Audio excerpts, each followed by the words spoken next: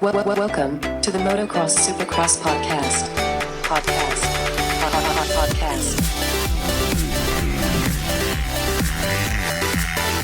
3, 2, 1, 0. Motocross Supercross podcast. Episode 157 of the Motocross Supercross podcast, and we have got a little conversation for you. I'm Adam, here with Claudio. What's up, Claudio? What's up? Today on the show, we got Ronnie Stewart, number 606 on the Husqvarna this year. He's actually been around for quite a bit, and I have a couple of questions for him. We've talked about this yellow section back in a couple years ago in New York, and I was there, so I'm really looking forward to asking about that, and I'm looking forward to this interview. He seems like a cool guy, and let's see what he has to say. Hashtag #RStewCrew.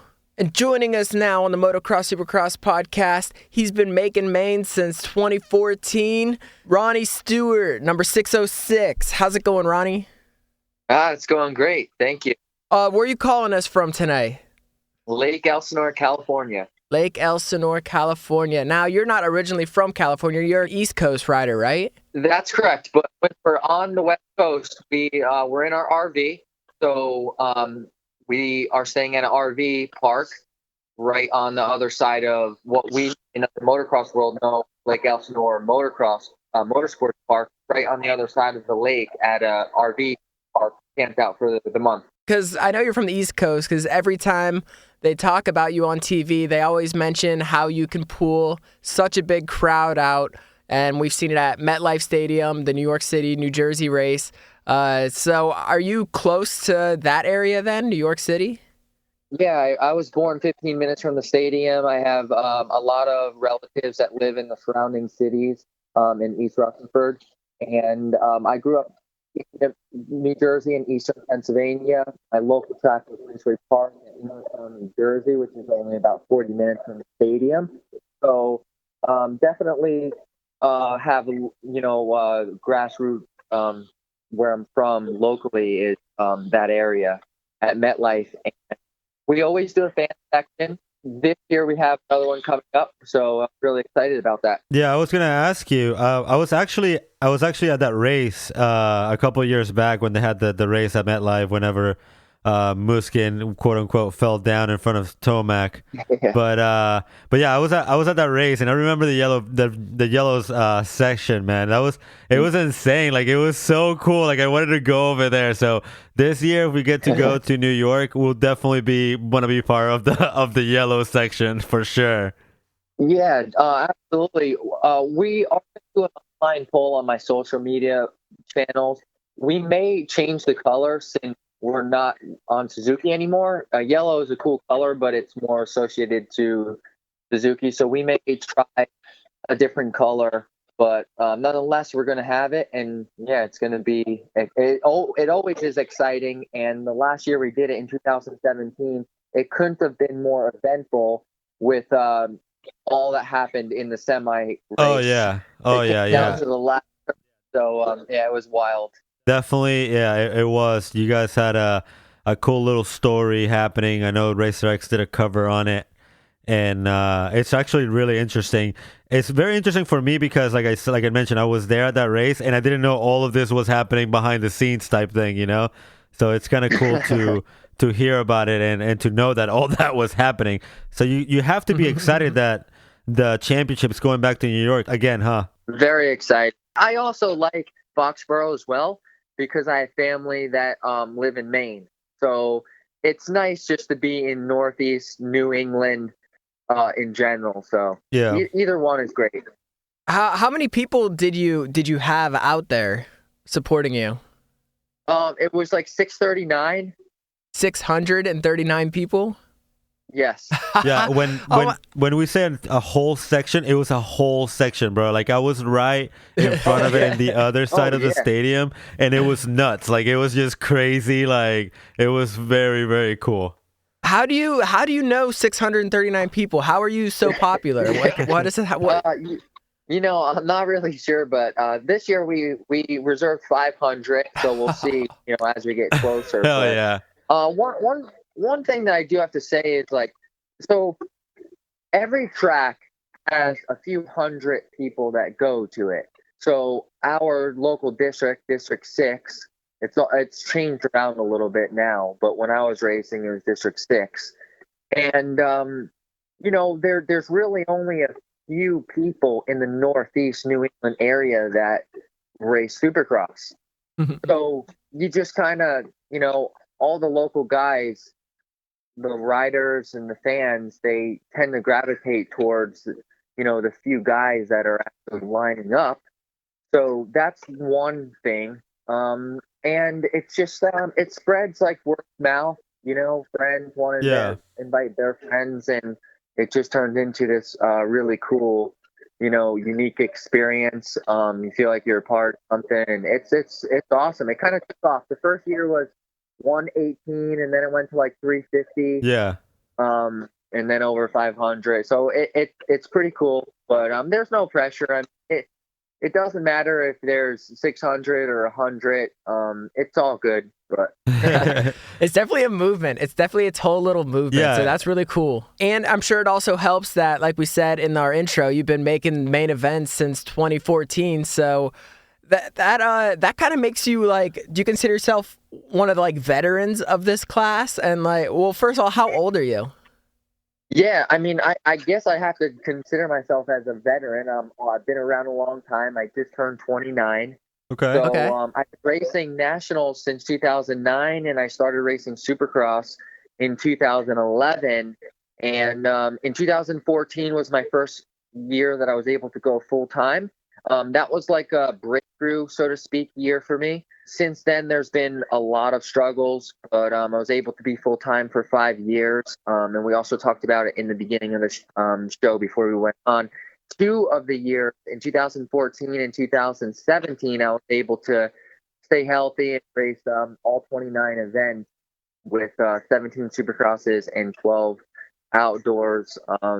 Had 3 national numbers, so I've had a good run so far. But last year was a real struggle. We had to regroup, and I didn't race outdoors. You didn't start until Glendale, correct? On 2018 for the Supercross season? Correct. I had an injury right before. I had an injury in December.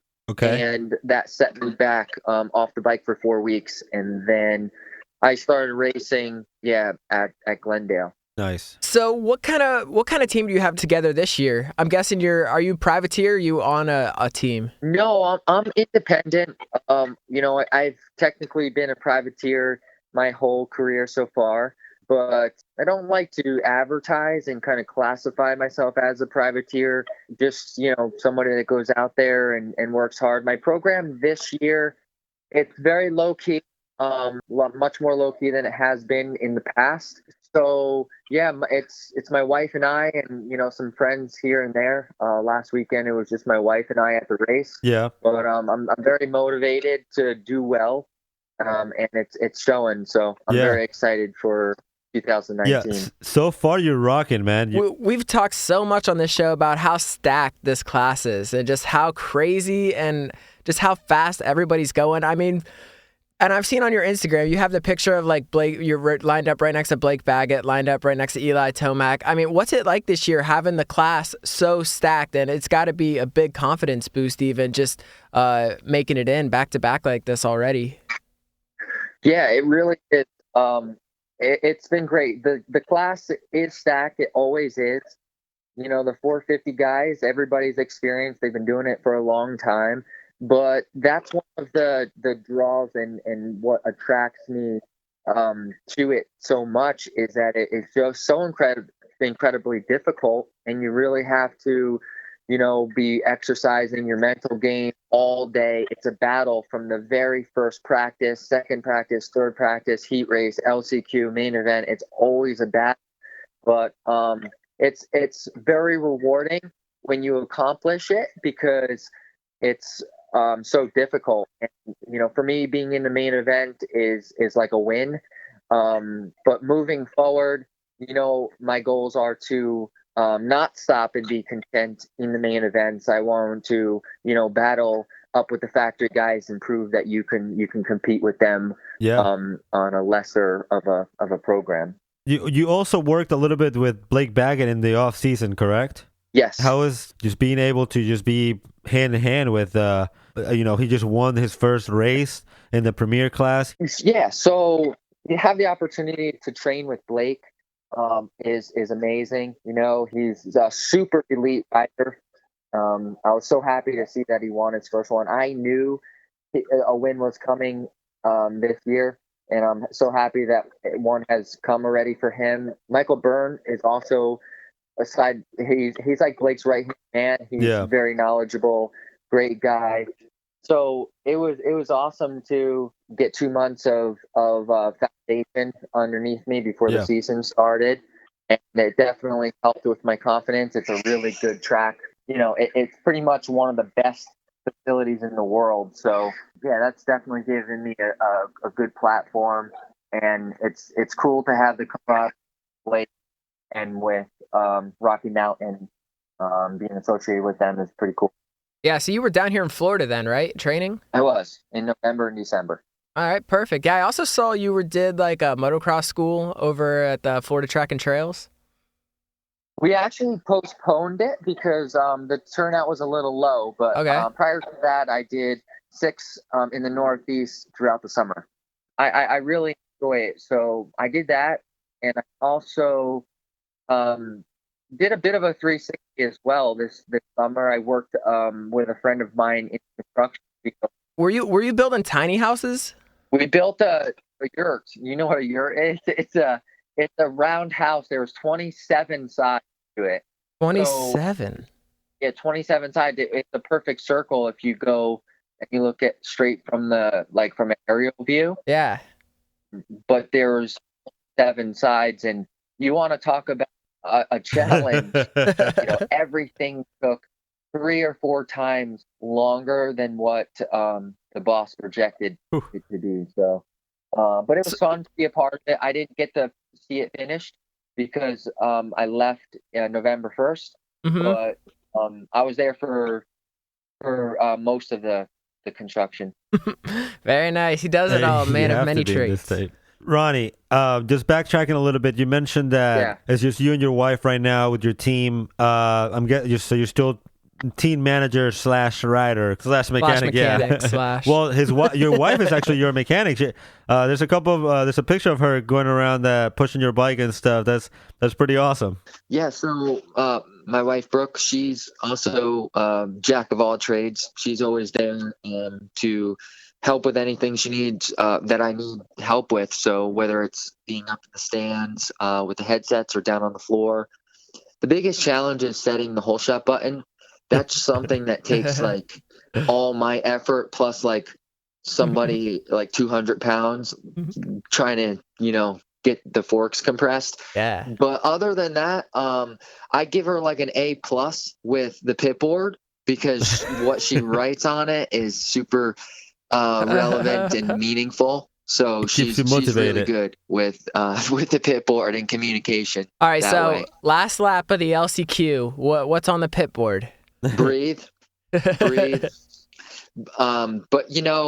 LCQ, you're in your own. You kind of know that what position you're in. Right. I was in 4th. I went back to 5th, and I went back up to 4th. So the last lap, I was more focused on just getting the job done than looking over and seeing what's happening or whatever. So how hard is it to keep on going? I know the goal is to attempt every main or every event this year. Mm-hmm. How hard is it to keep on going whenever you have people like Tyler Bowers complaining about I don't know, I guess the pay or how he has to go to Germany to make some money to come race over here?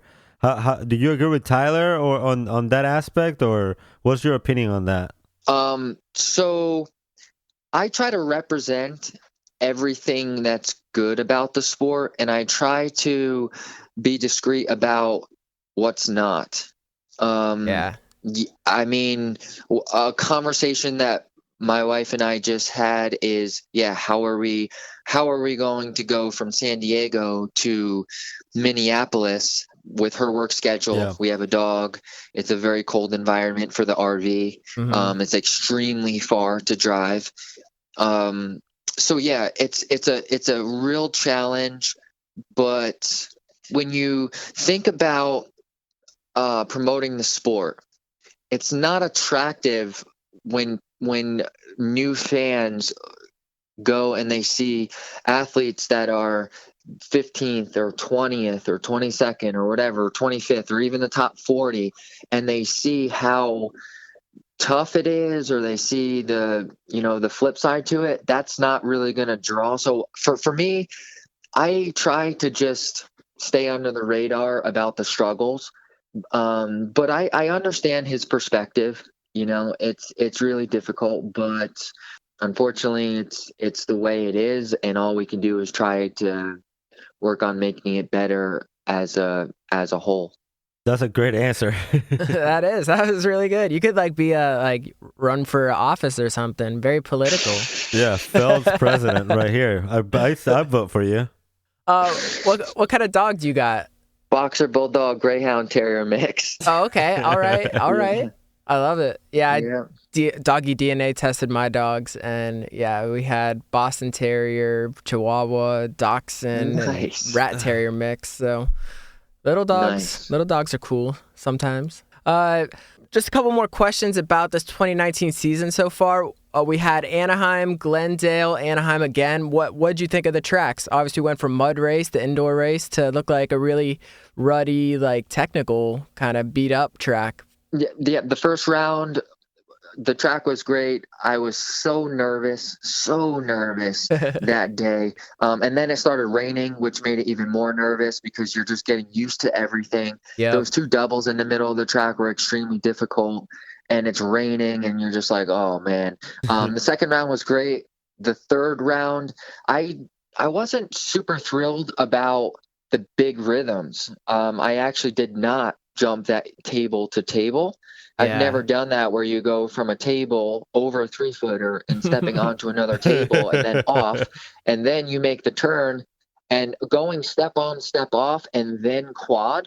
That's hard. To get off of a tabletop and then go 3 is hard enough, but to do the distance of a quad, that wasn't something that I was super thrilled about, and it really prevented me from firing on all cylinders, so to speak, where I feel confident with, trying to beat the guys that run 15th, 16th, 17th, probably all the way back to where I qualified. I qualified 22nd. Probably the guys in front of me, they were all jumping those jumps, and I wasn't.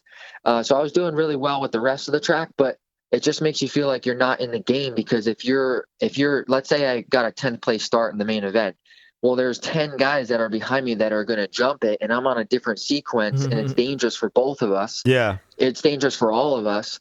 So it was a night where I played it conservative and just worked on my foundation and worked on some of my weaknesses. And one of these, hopefully next weekend, I could be on the same sequence as everybody else. Nice. And really go for, better placements in the main event. That I finished 20th in each one of my races last weekend for 22nd overall, but I'm really striving for better than that in the future. Of course. Yeah, that section was super gnarly. And what about the kink that we had a jump with that 45-degree landing to it? What'd you think of that whole section? I didn't really like it. I thought it was really weird, really awkward, because before it was like the inside outside, and then it was just one line, that thing. Yep. So that wasn't my favorite either. Yeah, we were saying you have to take the inside or the right side, because if you jump the outside, you're going to land in the stands. There's only one way to hit that jump. It was very one-lined. Yeah, it was. But the track crew did a great job with getting the track together, but it wasn't my favorite layout. Well, speaking of layouts, which do you have a favorite one that you're looking forward to maybe try out, or did it already happen? I don't really spend too much time looking at the track maps, because I've tried that in the past, and it's not it's not a video game where you're playing it, I'm going to do this, and this. Until you actually see it live, and see how it all is, you don't really know how it's going to develop. So I do take a quick glance, a couple days before, just Okay. to just get a general idea. But that I don't put too much thought into it. What about the stadiums itself? Is there a certain stadium that you always like? I mean, obviously, the MetLife Stadium is probably a favorite just because of all the turnout and all your family and friends and fans and everyone Yeah, that the comes out to that history. one. But I guess my question is just like, is there any stadium that is your favorite and you just like are in awe of? Basically, we attach the stadiums more towards the feelings like we get, and usually that comes from past experiences and successes. So Daytona has always been one that is for some reason just always touched home. I had a couple good rides there. Nice. San Diego, I always seem to do well there, but it's interesting because San Diego now is the baseball stadium, Right. and baseball stadiums typically are formed more with like 90-degree tight corners, and you always feel a little bit more notchy and a little bit more tense, as opposed to some of the football stadiums that are more 90-degree turns and more fluid. You can get a better flow, a better feeling sometimes. But I love MetLife.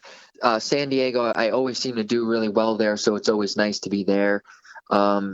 And then, Daytona pops out at me. I really, really like it. Perfect. Are you a football fan or any other sports fan? Well, my wife in the background, Brooke, she's going yes. So she's a New England Patriots, and technically I'm supposed to say no. There I'm we supposed go. to say New England Patriots. We just watched the video of Brady and them go all just being confident and all that. But I know a lot of people don't like the Patriots, but I like the enthusiasm and the passion she has for it.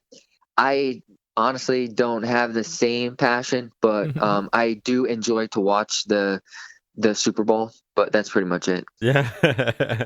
Claudio's a Patriots fan too. That's right. Well, more Tampa because, got to support the home team. But I like Pittsburgh, and we had a bad year, but I can say we beat the Patriots, so that's one that's one bright spot in our season. That's good. Yeah, I guess that's cool.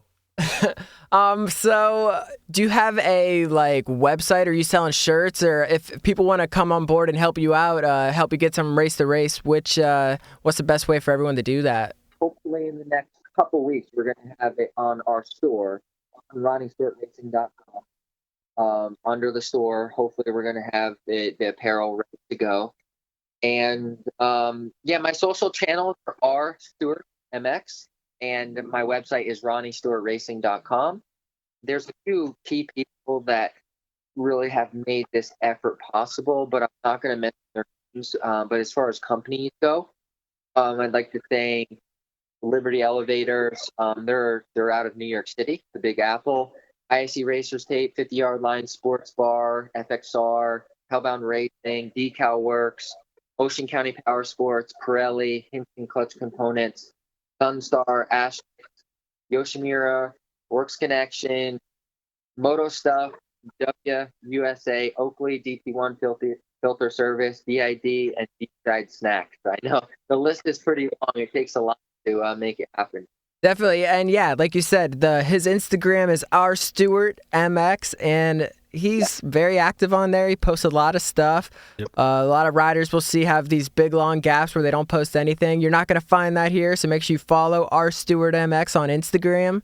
And Claudio, you got any more questions? No, Ronnie, I just want to thank you for, taking a little bit of your time and coming in the air with us and just giving us a little bit more about you and what's the plan for the 2019. Anything that we can do, please let us know. And good luck, and looking forward to seeing you in one of these races, my friend.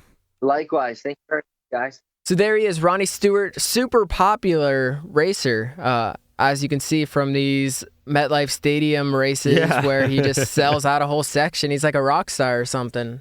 Yeah, that's so cool. I really can't wait. I'm definitely gonna be part of the Stew crew. What do you say? 640 people came out. Yeah, almost.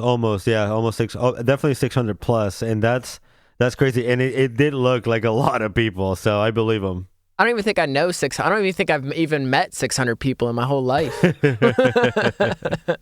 Yeah, that's awesome. I'm glad that he gets the support that he's getting. And hey, it's got to be hard.